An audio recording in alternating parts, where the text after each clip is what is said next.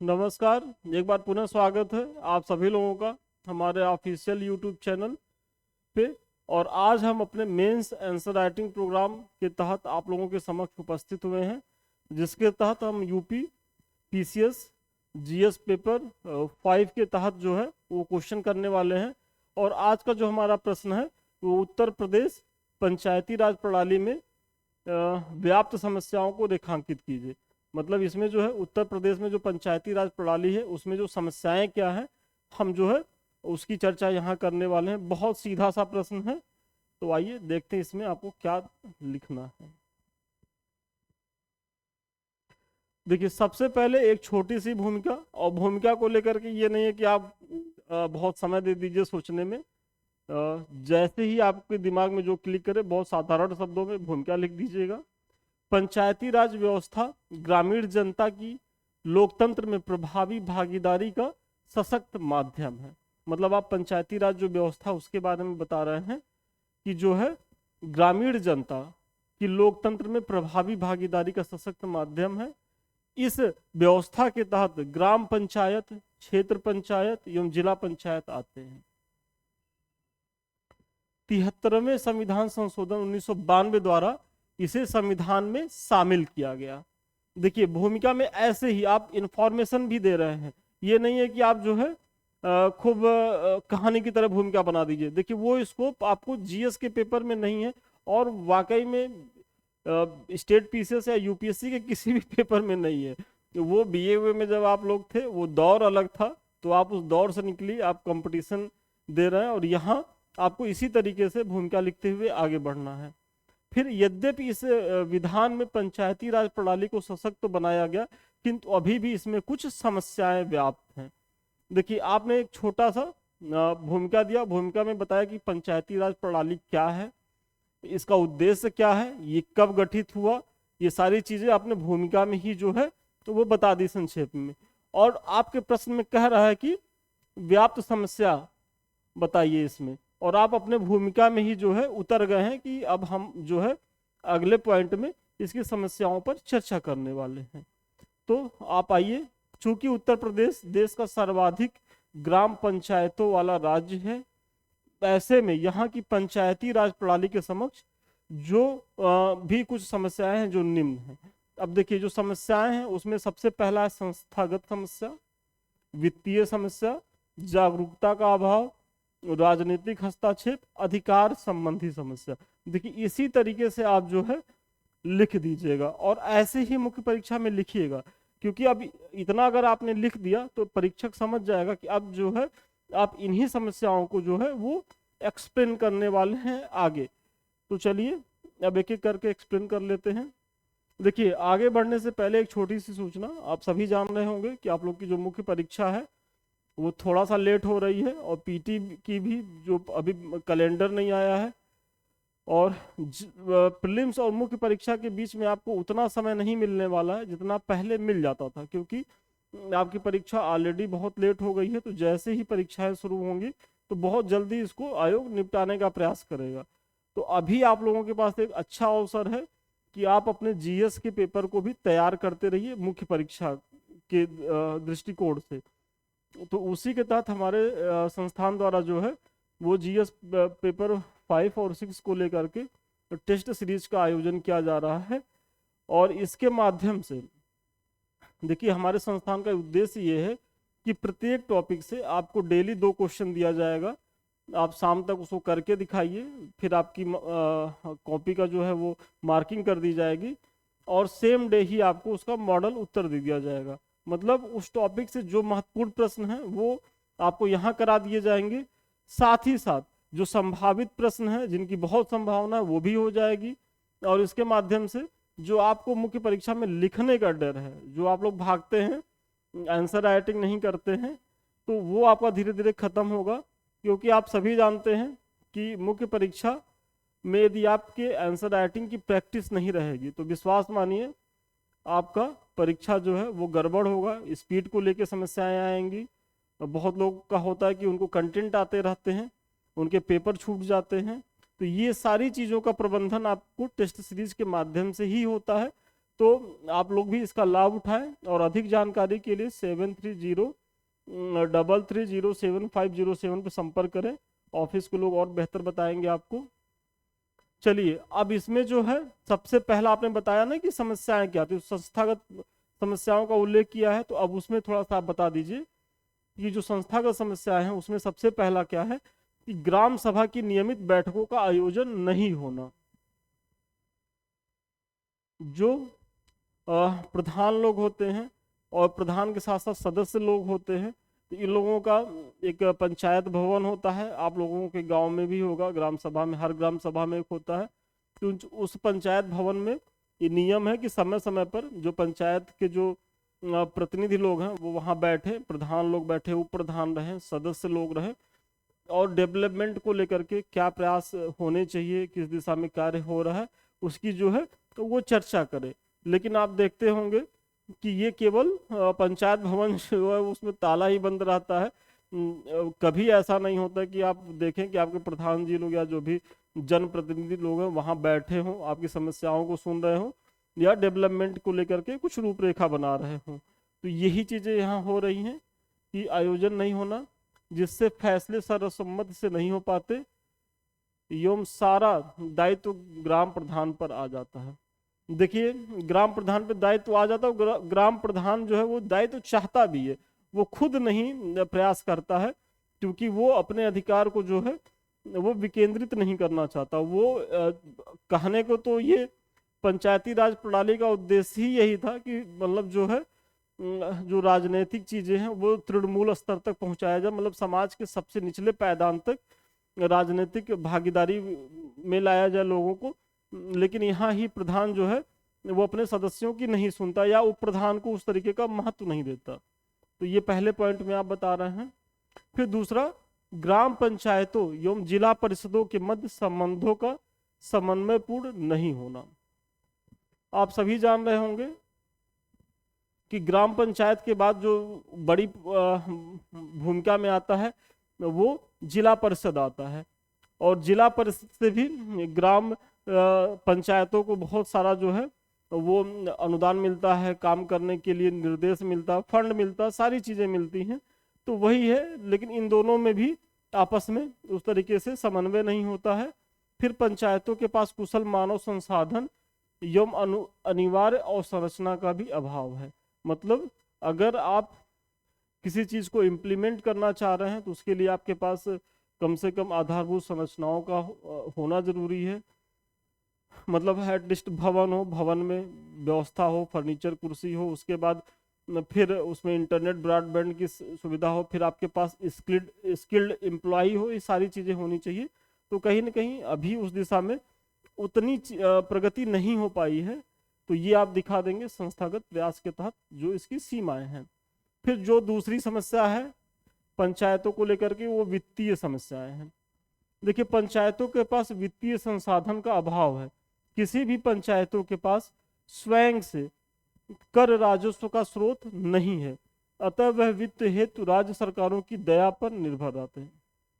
मतलब आपके पास बहुत ज़्यादा सारा विजन हो कि हम, आप सपोज करिए कि आप प्रधान हैं, आप ये चाह रहे हैं कि अगर हमारे पास फंड आ जाए तो हम ये चीज़ें डेवलप कर ले, आप बहुत अच्छा विजन बनाए हैं डेवलपमेंट का, लेकिन अगर आपके पास फंड नहीं है तो सारा बेकार है।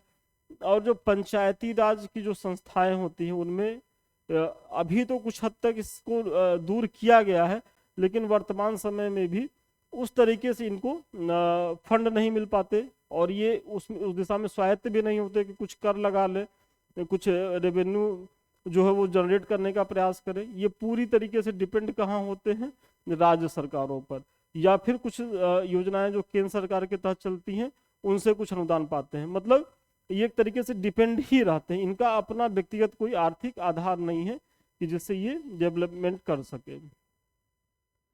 फिर केंद्र और राज्य सरकारों में पंचायतों को उतना ही धन उपलब्ध करवाती है जितने से उनकी योजनाओं का क्रियान्वयन सुचारू तरीके से हो सके। देखिए पंचायतों को क्या है कि उतना ही धन केंद्र सरकार, क्योंकि आपको अभी मैंने पीछे ही बताया है कि जो पंचायत होती है वो केंद्र सरकार की योजनाओं को भी निचले स्तर पे लागू करती है, साथ ही साथ राज्य सरकार की योजनाओं को भी लागू करती है। तो ये दोनों सरकारें जो हैं पंचायती प्रणाली को उतना ही धन देती हैं कि जितने से उनकी चीजें जो है, उनकी योजनाएं जो हैं वो लागू हो जाए धरातल पे।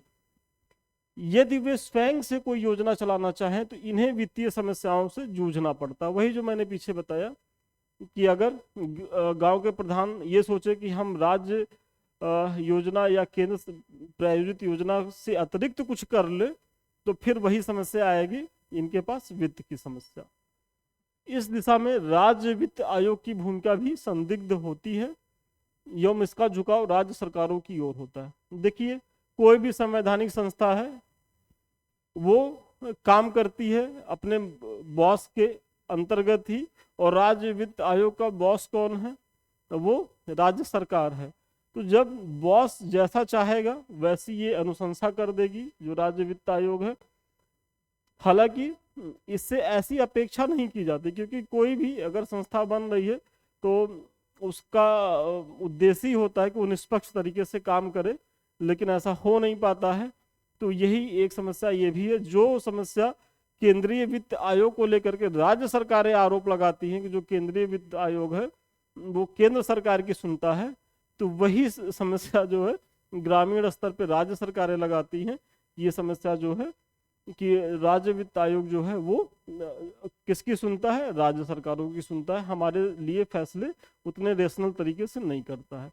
तो आप ये दिखा दिए। अब अगला जो है वो अधिकार संबंधी समस्या है। देखिए, 73वें संविधान संशोधन अधिनियम से अनुच्छेद 243 जी द्वारा 29 विषय तो पंचायतों को सौंपे गए।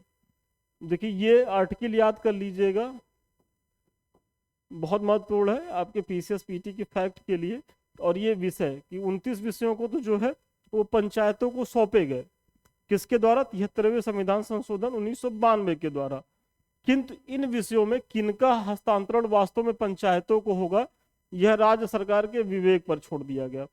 आप सोचिए, 29 विषय ये तो कह दिया गया कि हम 29 विषय जो है वो पंचायतों को ट्रांसफर करेंगे, लेकिन इसका मतलब जो ट्रांसफर करने का विवेक, अधिकार जो है वो पूर्णतः राज्य सरकार को, कि वो राज्य सरकार जो है वो कौन से 29 विषय जो है वो ट्रांसफर करती है। और आप सभी जानते होंगे कि कोई भी जो है वो अपना प्राधिकार नहीं छोड़ना चाहता, तो राज्य सरकारें भी वैसे ही विषय हस्तांतरित करेंगी जो जिनकी भूमिका बहुत कम होगी, जो बहुत प्रभावी भूमिका में नहीं होंगी।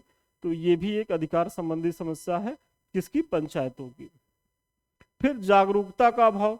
पंचायत प्रतिनिधि और पंचायत की जनता अभी भी अपने अधिकारों एवं कर्तव्यों को लेकर जागरूक नहीं है। देखिए, ये इसलिए भी नहीं है कि आप सभी जानते होंगे कि जो भारत में उत्तर प्रदेश की जो साक्षरता दर है वो बहुत बेहतर नहीं है, और ग्रामीण स्तर पे तो स्थिति और भी खराब है। और यहाँ स्थिति तब और खराब हो जाती है कि जब आरक्षण के माध्यम से प्रत्येक वर्गों की भागीदारी होती है। लोग पढ़े लिखे नहीं होते, भागीदारी तो कर लेते हैं, तो उनको चलाता कौन है? वही जो सेक्रेटरी होता है, जो बीडीओ होते हैं, जो मतलब जो सरकारी मशीनरी के जो तंत्र हैं, वो कहीं न कहीं इन प्रतिनिधियों का, चूंकि इनको जागरूकता नहीं होती, इनमें वो अभी क्षमता नहीं है, इतने शिक्षित नहीं होते हैं कि अपने अधिकारों को जाने समझे, तो कहीं न कहीं इनके अधिकारों का जो वास्तविक उपयोग कौन कर लेता है? जो पंचायत सेक्रेटरी होते हैं या उससे ऊपर के अधिकारी लोग होते हैं। तो ये भी एक बड़ी समस्या है इनके साथ, कि जागरूकता का अभाव। फिर अगला है प्रधानपति की संकल्पना अभी भी प्रभावी है, जिससे महिलाएं वास्तविक प्रतिनिधित्व से वंचित हो जाती हैं। कहने को तो पंचायती राज प्रणाली का उद्देश्य यही था कि समाज के निचले तबके को भी राजनीति में भागीदार बनाया जाए, और सही मायने में देखा जाए तो भागीदार बनाया भी गया। आप देखे होंगे कि महिलाएं पंचायत प्रतिनिधि बन रही हैं, ओबीसी एससी एसटी की महिलाएं आ रही हैं, जो समाज में बहुत ही निचले पायदान पे रही हैं। लेकिन अभी भी ये आने को तो महिला सीट हो गई तो आ ही जाती हैं, लेकिन समस्या क्या होती है कि अभी भी इनके पति ही जो है वो हावी होते हैं। और इसमें एक मूवी आई है पंचायत, सॉरी मूवी क्या, वो है सीरीज है वेब सीरीज, तो उसमें पंचायत है, तो उसमें आप देखिएगा जो प्रधान रहती है एक महिला रहती है, लेकिन उसके वास्तविक जो कर्ता धर्ता कौन होते हैं, उनके पति ही होते हैं।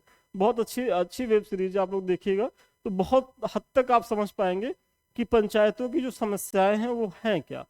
तो वही है कि प्रधान के जो पति होते हैं, जो महिला प्रधान होते हैं, उनके पति ही अभी जो है वो हॉबी रहते हैं। अगर पति नहीं है, बेटा है, तो बेटा भूमिका में रहता है।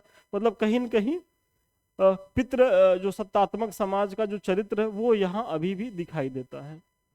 उत्तर प्रदेश में ग्रामीण साक्षरता की दर निम्न है, कुल 65.5%, जिसमें महिलाओं की स्थिति और भी दयनीय। मतलब उत्तर प्रदेश में कुल जो ग्रामीण साक्षरता की दर है वो 65.5% है, और इसमें महिलाओं की स्थिति तो और भी खराब है, क्योंकि इनकी जो स्थिति है ग्रामीण स्तर पे वो 53.7% ही है। अब सोचिए, मतलब लगभग लगभग आधे से थोड़ी सी जो है वो महिला आबादी ग्रामीण जो है वो पढ़ी लिखी है। तो आप समझ लीजिए कि मतलब ये अपने अधिकारों को लेकर के कितना ही जागरूक हो पाएंगे। तो ये सारी चीजें हैं।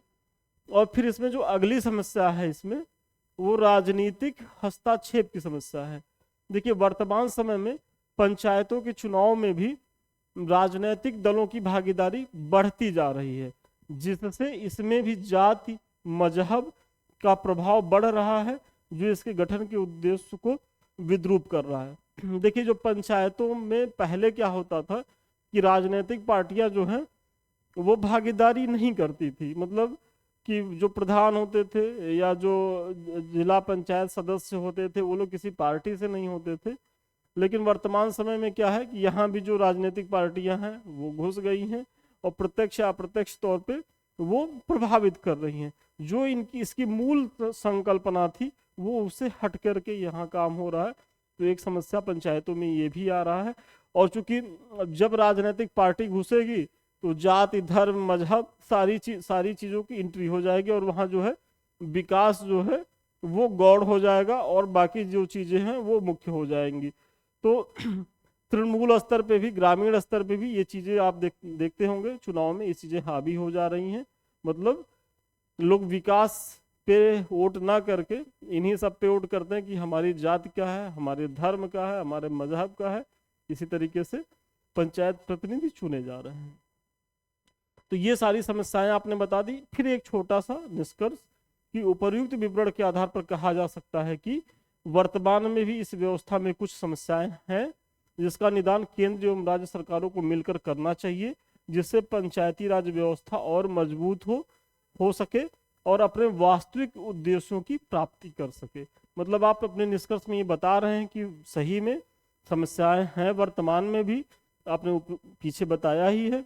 और यहाँ आप राज्य सरकार और केंद्र सरकार से अनुरोध कर रहे हैं कि भाई ये लोग जो है इस दिशा में प्रयास करें, और जो पंचायत की जो मूल संकल्पना है उसको स्थापित करने के लिए इसे सशक्त बनाएं। तो ये छोटा सा निष्कर्ष दे दिए। तो मुझे बहुत उम्मीद है कि इस प्रश्न के माध्यम से आपको ये पता चला होगा कि आपको आंसर राइटिंग कैसे करनी है, कैसे भूमिका लिखना है, कैसे निष्कर्ष देना है, और बीच का पार्ट कैसे लिखना है। तो चलिए, आज के लिए इतना ही। अभी जाइएगा नहीं, इसके बारे में तो मैंने चर्चा कर दी। अधिक जानकारी के लिए 7303307507 पे संपर्क करें, ऑफिस को लोग बेहतर बताएंगे। और ये हमारे समृद्धि IAS का टेलीग्राम चैनल है। जैसा कि आप सभी जान रहे हो कि हमारा जो मूल चैनल है वो कुछ डिस्टर्ब है टेक्निकल इशू की वजह से। तब तक हम अपने ऑफिशियल चैनल से आप लोगों से रूबरू हो रहे हैं। तो ये इसी का टेलीग्राम है, इससे आप लोग जो है जुड़िए। यहाँ बहुत से आपके परीक्षा से उपयोगी जानकारी दी जाती है। साथ ही साथ ये हमारा यूट्यूब चैनल है, इसे लाइक करिए, सब्सक्राइब करिए, शेयर करिए। ये आप ही का चैनल है और ये आप ही के माध्यम से आगे बढ़ेगा। तो चलिए, आज के लिए इतना ही। पुनः मिलते हैं नए वीडियो में नए क्लास के साथ। तब तक के लिए धन्यवाद, शुभकामनाएं आपको।